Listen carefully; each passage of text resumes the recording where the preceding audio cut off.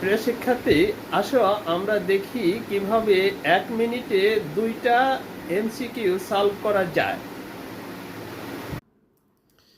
প্রিয় শিক্ষার্থী, দেখো এখানে একটা ম্যাট্রিক্স আছে, এর বিপরীত ম্যাট্রিক্স নির্ণয় করতে হবে। জাস্ট তুমি কি করবা, এই প্রথম কর্ণটাকে উল্টায় দেবা, অর্থাৎ উপরে যে ভ্যালুটা আছে এটার বিপরীত ভ্যালু হবে নিচে, অর্থাৎ +2 ছিল -2 হয়ে গেল, নিচে ছিল -3, উপরে গিয়ে হয়ে গেল 3।